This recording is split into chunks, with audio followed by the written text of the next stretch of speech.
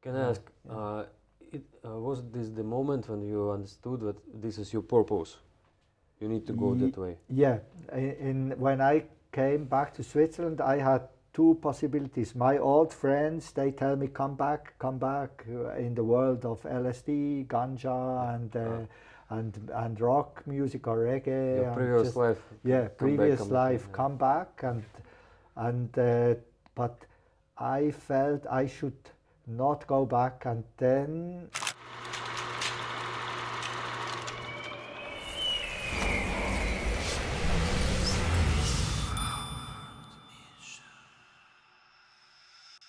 in early in the spring of 1982, in the winter, it was still winter, about February, I was in my room. I had a small room, and I prayed to my guru that I want to become a yogi. And in this moment, like a miracle happened, that this first there was a picture on the wall of my guru,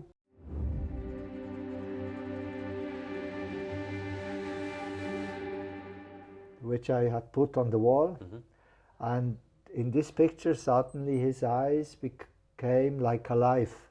And I look, of course, I was very fascinated, and then I see like a light coming from these eyes, which go into my chest, and then I fall on the ground. I faint. And after some time... It's like out of your body? No, I lose my consciousness. Yeah, I just puff. I fell, and after some time I come back. I was on the ground. I didn't know where I was first, and then I opened my eyes, and then I realized, hey, I am here. What happened? What happened to me? And then I saw that this yogi, Dhirendra Brahmachari, he stand in my room, but he was, his body like light, like shining. And I hear his voice, but he speak not in Hindi, he speak in Swiss language, and very loud. It go in my ear as if he speak from microphone.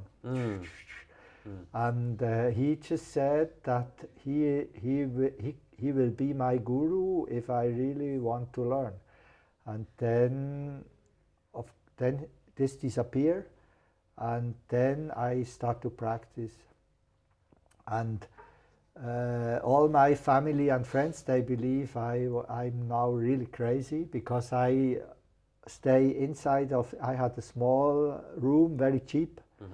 For 3 years I work only distributing newspaper in the morning, 1 hour job. I go at 5 o'clock in the morning, I go and bring the newspaper, get some maybe 600 euro every month, and I could manage with this money.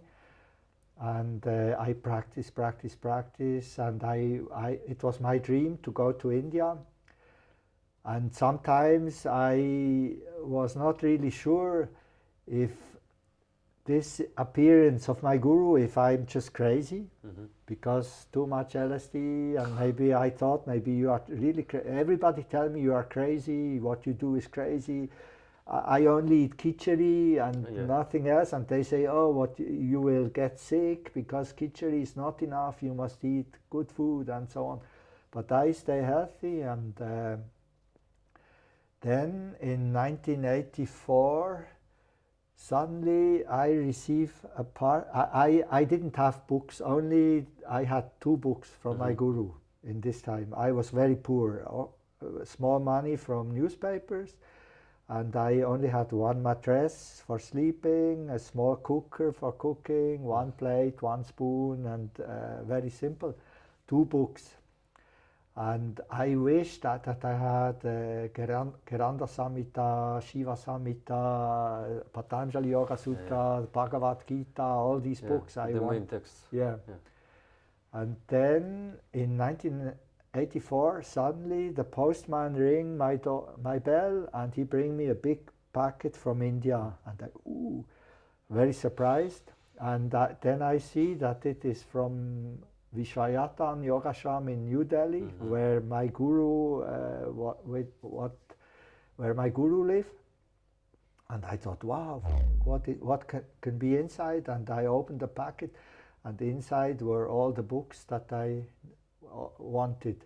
Wow. Yeah, and I was very happy. I understand this was not a hallucination, that this is really my guru.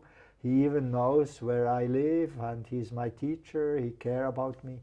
Can I ask? Yeah. But you have never met him alive?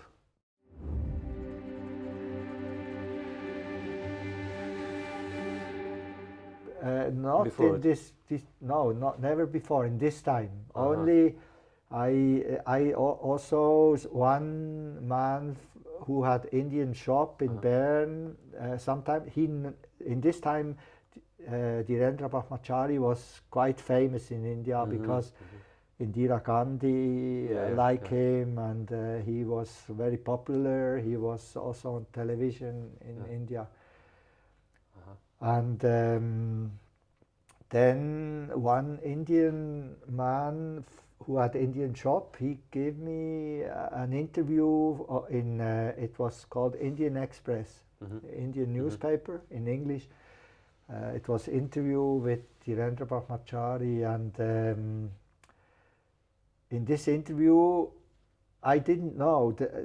They say first in an article that in 1987, after Indira Gandhi's death in 1986, my guru, he closed all the ashrams, his ashrams. And he said in Indian press that he will not teach anymore. Because he said in his life he was teaching to thousands and thousands of people, but he never had a yogi as a student. He never found a student who want to become a real yogi. So he don't want to teach anymore. And then when I read it, I was, of course, very shocked, and I thought, no, I want to become a yogi. I want to come. Yeah, I want to come. Please don't.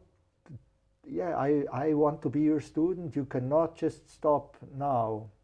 And then in 1988, I had money, enough money, to go to India, and I go to India, and it was the first time when I meet him.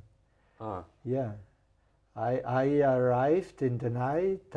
In this interview, I saw where Dhirendra Brahmachari lived, his private house.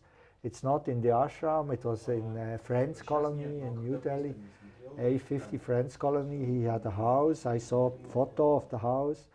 And so when I arrived in the night with Swissair, I tell the taxi driver I want to go to Friends Colony, and I arrive, I ring the bell, and then first nobody opened, it was night, but after some time an old man coming, and he looked through the door, and he see me, and he said, oh, we were waiting for you. And then they give me a room for me, and I could always stay in my guru's house.